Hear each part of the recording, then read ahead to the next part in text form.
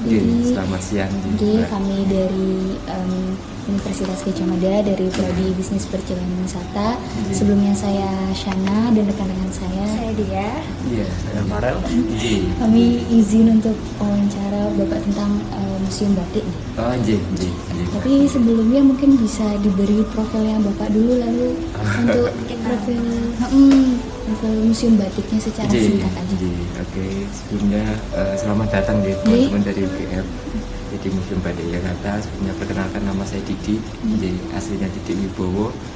Jadi saya di sini selaku pemandu di Museum Batik Jakarta. Kita juga wakil pengelola di Museum Batik Jakarta. Jadi Museum Batik Jakarta yang kita memang ada di sini, Museum Batik Jakarta ini didirikan oleh Bapak Adi Nugroho bersama istrinya di Dewi Skaningsih. Jadi resmikan pada 12 Mei 1979. Jadi usia Museum Batik sekitar 40 tahun lebih. Beliau mendirikan karena pertama beliau cinta pada batik, ingin melestarikan budaya dan untuk edukasi atau belajar bagi masyarakat, seperti itu. Kira-kira seperti itu perkenalan singkatnya. Oh iya. Kalau tadi sebelumnya kan kamu udah lihat-lihat sebentar. Itu kan di depan ada apa sih Pak, kayak hewan-hewan ikan-ikan. Itu tuh apakah atraksi atau apa kok tiba-tiba ada ikan? Ikannya enggak jaga sama museumnya. Iya, kita memang intinya kita di Museum Batik ya. Jadi Museum Batik itu kadang kita agak pandangan masyarakat tentang museum yaitu sesuatu yang kuno, yang gitu ya. Jadi kita mulai memang kerjasama dengan, kita ada kafe juga, ada kafe museum. Nah, ini termasuk kafe kebun, kafe taman.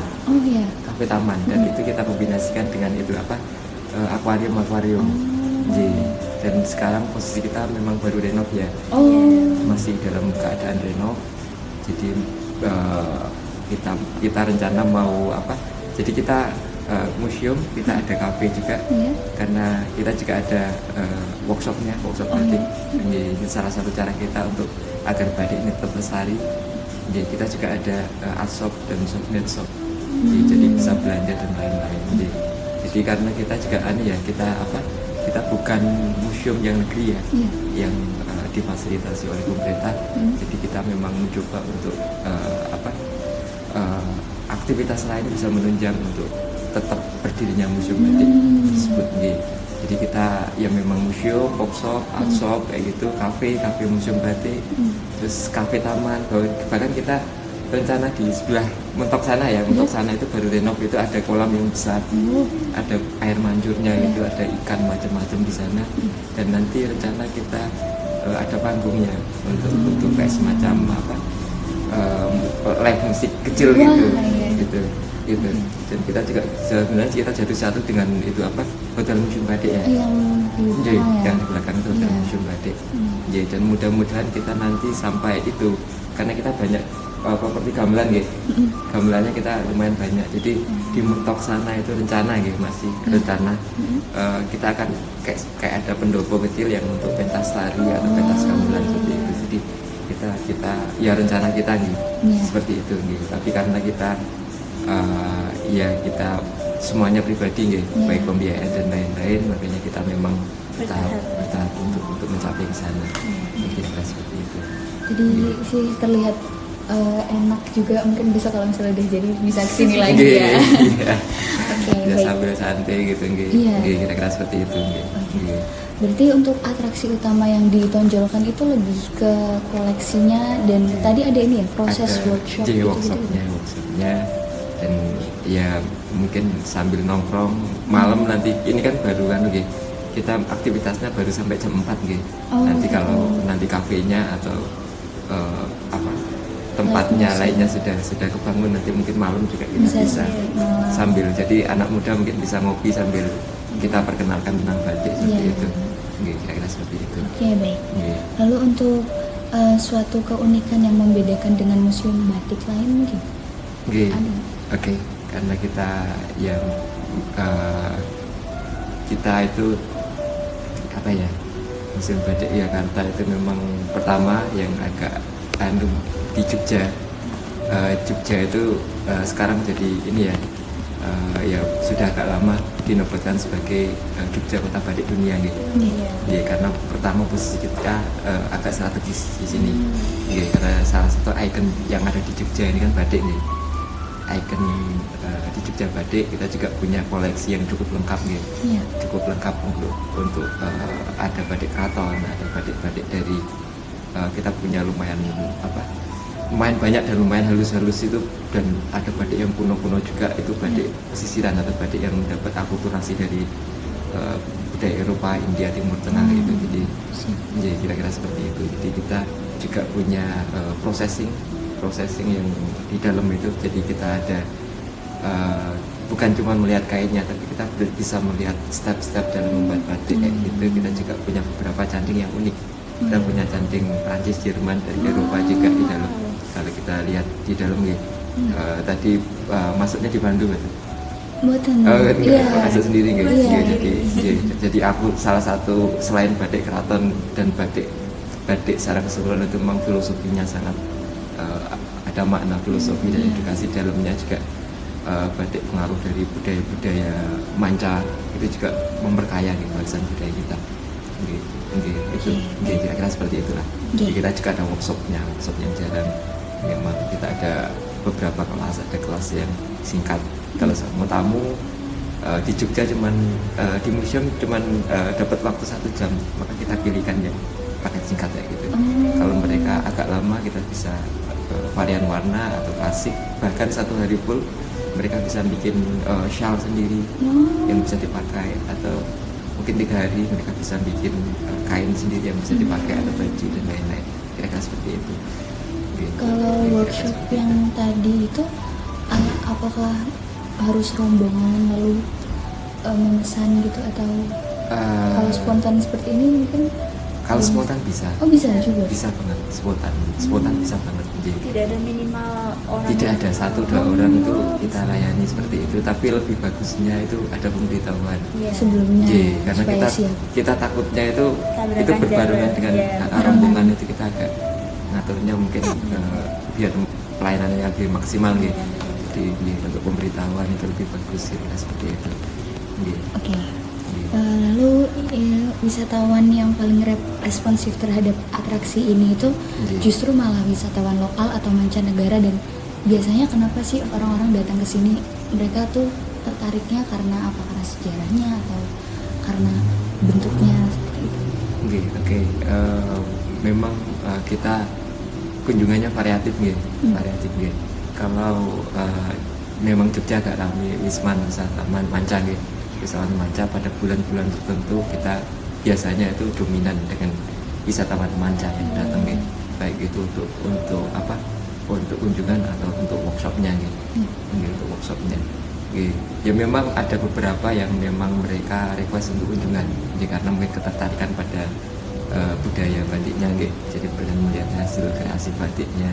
Tapi beberapa memang mereka yang tertarik untuk prakteknya. Jadi ada beberapa yang agak beda. Dan kalau mungkin liburan yang agak libur panjang itu long weekend Jogja itu, kita biasanya itu untuk keluarga biasanya.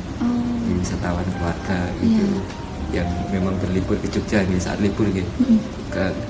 Ketika itu masa sekolah itu juga kita dominan sekolah yang baik dari dalam kota maupun luar kota nih. Tapi banyak kan luar kota nih. Jogja itu kita ya memang ada sekolah yang memang difasilitasi Dinas Kebudayaan untuk berkunjung ke kita. Jadi memang untuk kendaraan, tiket dan semuanya dibantu oleh Dinas Kebudayaan Provinsi Jogja. Jadi namanya programnya WKM ya, fasilitasi untuk berkunjung ke museum-museum se-DIY. Kira seperti itu nih. Seperti itu. Jadi tergantung masanya nih, waktunya nih. Untuk liburan seperti itu nih. Seperti itu. Ini kan museumnya tuh ada di sebelahnya hotel ya Pak? Iya. Biasanya kan mungkin ada pengunjung yang memang hanya mencari hotelnya saja tanpa mungkin tahu ada museumnya. Itu apakah banyak nggak sih Pak dari mereka yang sebenarnya hanya berkunjung ke hotel terus jadi mampir ke sana karena wah ternyata ada museumnya juga gitu? Ya sebenarnya agak jarang gitu. Oh iya.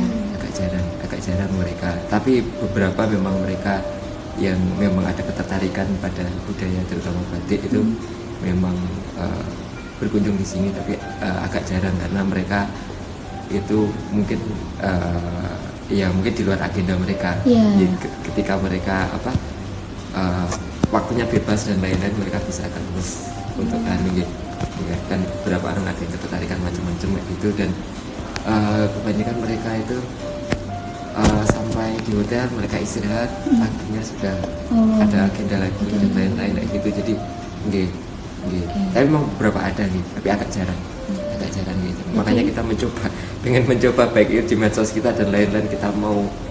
Kita selama ini kan masih di dua manajemen yang berbeda nih. Gitu, dari hotel dan museum. Hotel dan museum itu manajemennya masih berbeda. Jadi kita ada salah satu konsultan yang memang kita ada nih belum lama ini, sekitar 1,5 tahun itu. Kita mencoba memix antara ya atraksi ini, atraksi museum, atraksi ini dan dengan hutan ini. Mudah-mudahan mereka seperti itu. Oke, siap. Ini lanjut untuk ke yang aksesibilitas ya Pak. Kalau tadi kami kebetulan udah kesini, tadi naik motor mudah ya diakses kendaraan umum. Tadi juga di depan ada TJ, deket halte juga. Kalau parkir Pak pernah mengalami overload nggak? Kalau bis mungkin? Iya, sering itu bareng dengan aktivitas hotel gitu. Bareng dengan aktivitas hotel itu kebetulan hotel di gedungnya dibuat ruang pertemuan, jadi banyak memang dari mobil atau motor gitu. Ini lumayan full. Kayak kemarin itu belum lama itu kita sebenarnya itu cenderungannya ya salah kayak kita sebenarnya sudah arahkan ke dalam. Jadi salah tanggapan atau gimana, miskomunikasi gitu. Kita sudah arahkan ke dalam itu. Kita sudah fotokan di dalam, Pak. Kita foto parkir kita lumayan. Walaupun kemarin masih sudah ada ini ya, agak lumayan. Kalau kita kebetulan pas barengan dengan kunjungan dengan siswa dari sekitar Kulon Progo nih, Kulon Progo sekitar 4 bis gitu. 4 bis sore-sore kayak gitu, waktu gerimis kayak gitu. Jadi salah satu ada yang pegang kontak kita arahkan untuk sebenarnya 4 bis masih muat di dalam, tapi ada miskomunikasi sehingga hanya 1 bis yang masuk. Jadi persepsi mereka ya parkir kita cuma ada di depan itu. Sedangkan kita sudah fotokan tuh sampai di dalam gitu. Masuk aja Bu gitu, masih muat gitu. Dan kita juga kadang agak kendala kita karena bis besar banget ya, besar banget itu. Kalau bis tanggung dan lain-lain sih kita masih aman. Bis besar banget itu ketika masuk ke tempat parkir ini sekitar 5 kalau kosong ya 5-6 bis masih muat, yang gede banget itu masih muat 5. Tapi syaratnya masuknya dari luar itu harus mundur. Nah itu kadang kita sering miskomunikasi di situ. Jadi susah ya. Agak susah ya, makanya kadang sebelumnya itu kita yaudah nanti per bisnya nanti kita jeda 10 menit biasanya. Kalau memang nggak miskomunikasi semuanya lancar gitu. Semuanya lancar gitu. Tapi kalau udah 5 bus lebih numpuk di depan itu pasti jalannya agak crowded gitu. Dengan parkir kita harus mundur pasti. Kalau maju itu jelas di pentokan itu agak jalan sulit. pas ya Pak. Ini kan beloknya agak sudutnya terlalu gitu. Jadi dan ketika itu nggak komunikasi, nggak miskomunikasi itu lancar. Biasanya gitu.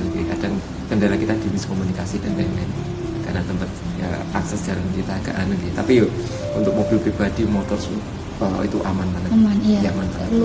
Luas banget. Mobil pribadi lumayan banyak ini. Mungkin memang bis dan perlu dikoordinasi dulu ya. Kita kendala-kendala di miskomunikasi itu aja. Siap. Lanjut.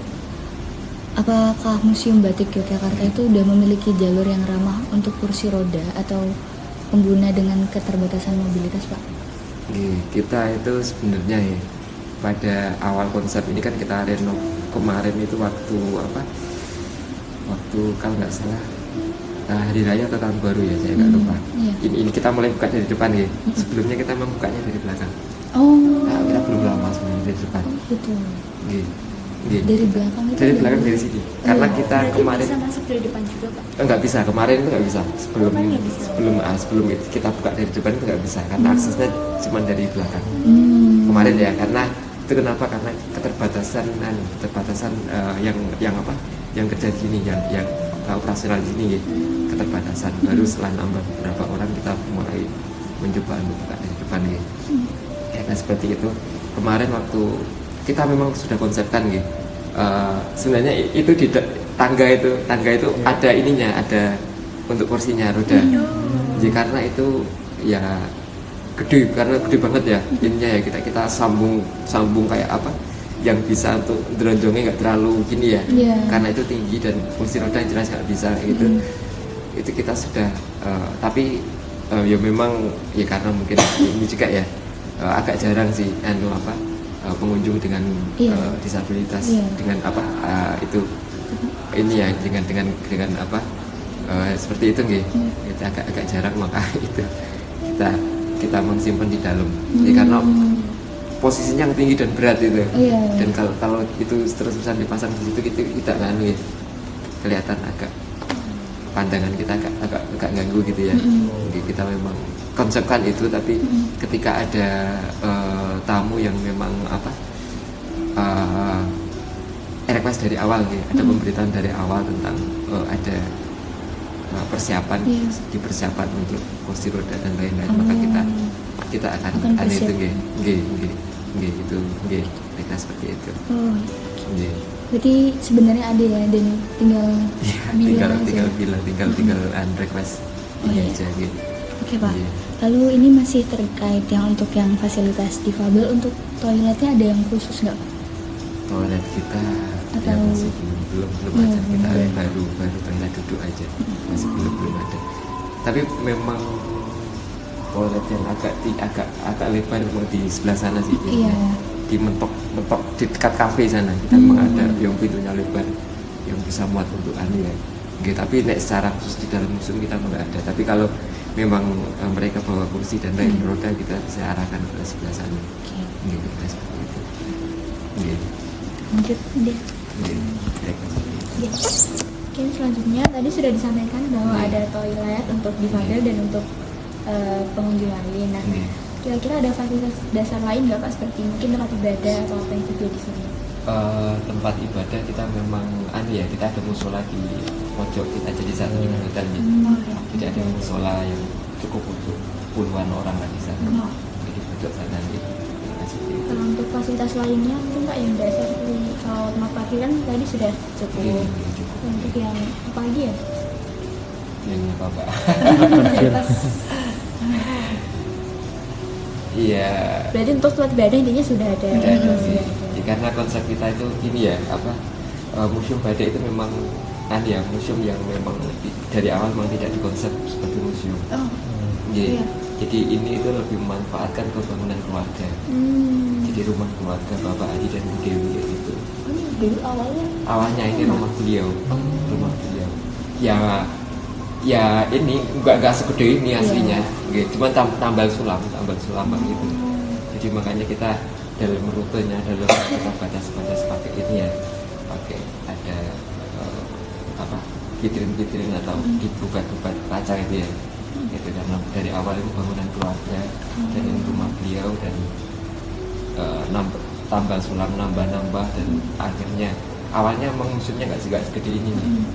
Di awalnya kecil kayak gitu, kemudian respon masyarakat tambah banyak, kita bisa agak berlebar gitu, dan akhirnya sampai Bu Dewi itu pindah ke sebelah sana, yang bangunan sebelah sana itu ini semua full museum itu sampai beliau dari sini pindah ke sana itu karena seperti itu. Jadi memang kita memang dari rumah keluarga yang memang bisa jadi museum, jadi kira-kira seperti itu.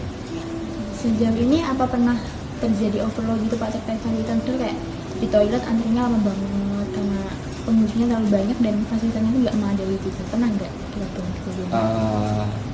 Dulu sempat ya. Kalau sekarang itu agak terkurangi gitu. Karena awalnya kan memang dulu kita toiletnya cuma 2. Sini 1 dan dalam di kafe ada 1. Ini cuma 1 bukan 3 ya. Awalnya ini cuma 1. Baru ini belum lama ini kita buatkan 2 lagi.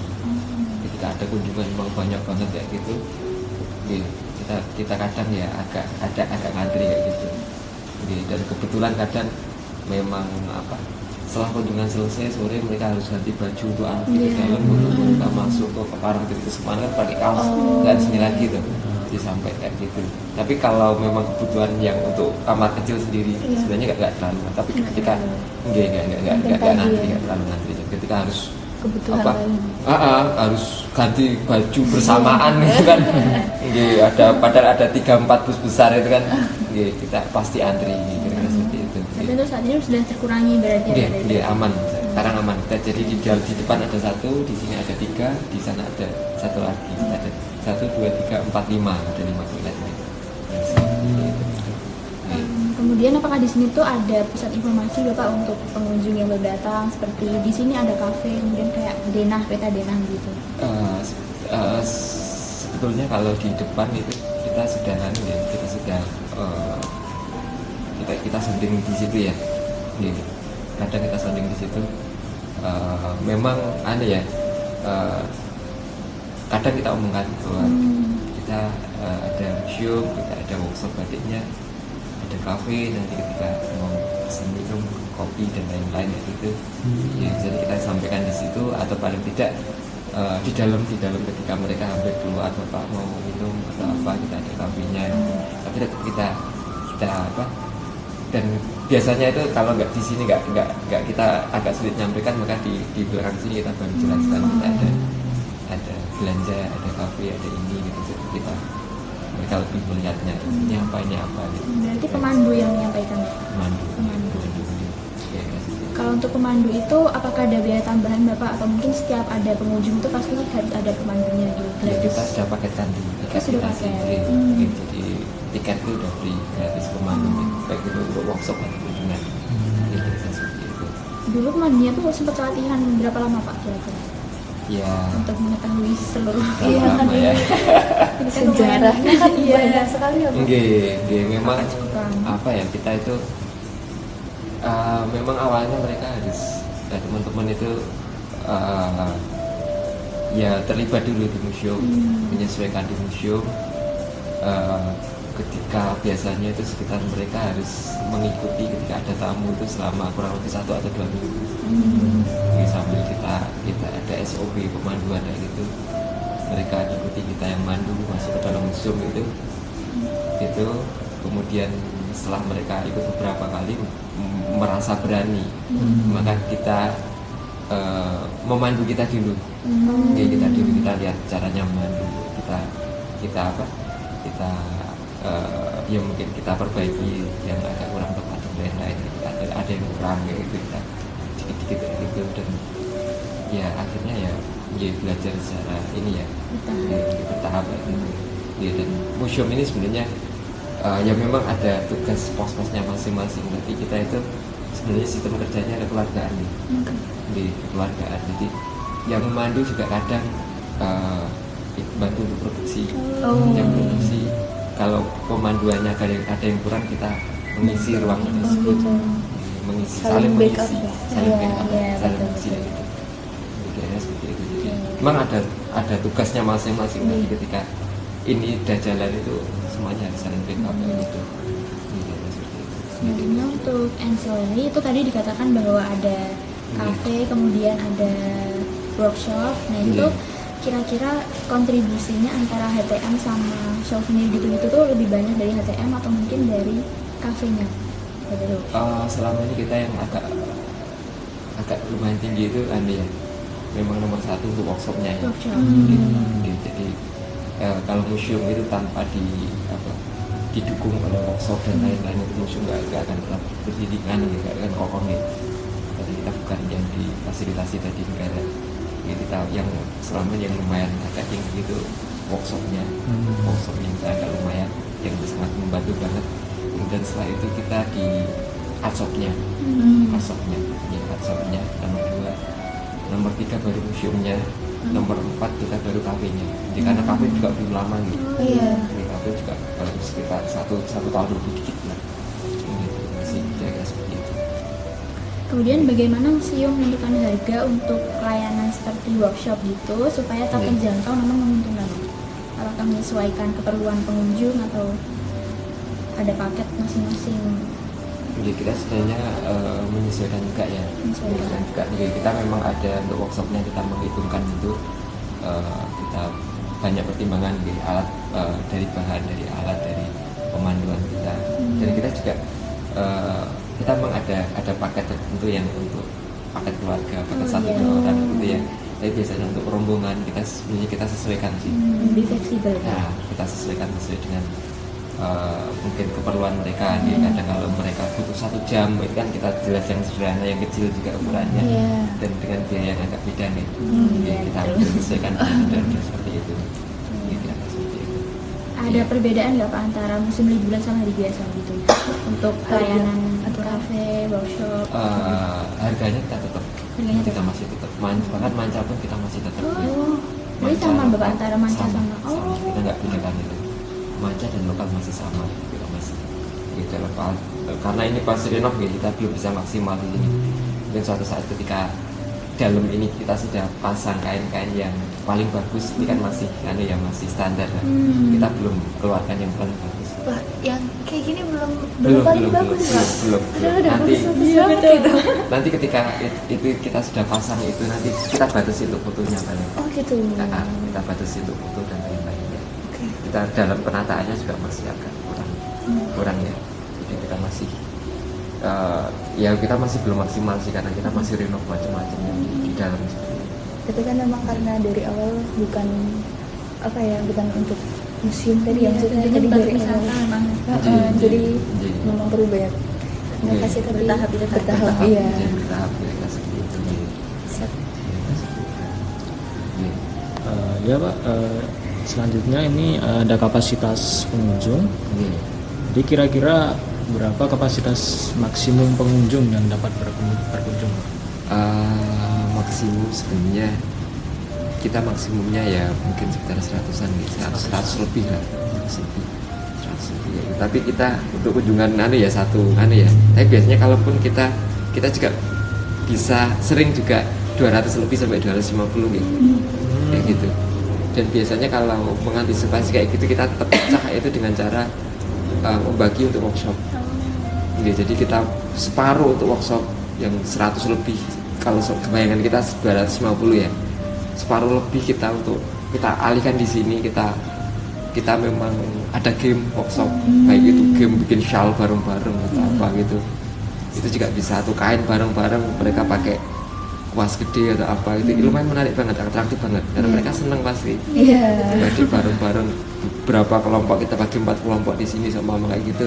Dan yang intinya kita dari depan kayak gitu. Jadi kita pecah itu memang. Jadi nanti setelah depan agak sampai setengah ini kita pecah lagi sampai sana, di rolling kayak gitu. Kita biasanya gitu. Kita bisa sering-sering banget itu 250-an. Baik untuk workshop sendiri atau untuk kunjungan gitu. Kita biasanya akali dengan model kayak gitu.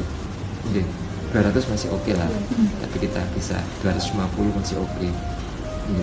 Itu kalau sampai 200 tuh biasanya di hari-hari apa sih? Kebanyakan yang jumlah banyak banget itu biasanya memang sekolah gitu. Sekolah gitu. Ketika sekolah itu satu sekolahan itu memang piknik itu kan, dari kan ada 4-5 bis gitu kan, gede itu. Oh di sini ada paket wisata gitu? Ya biasanya kita tetap tiktokan di sini ya, di paket wisata untuk sekolah. Ya kayak misal sekolah tuh marketin sini. Sini dengan mana? Gitu.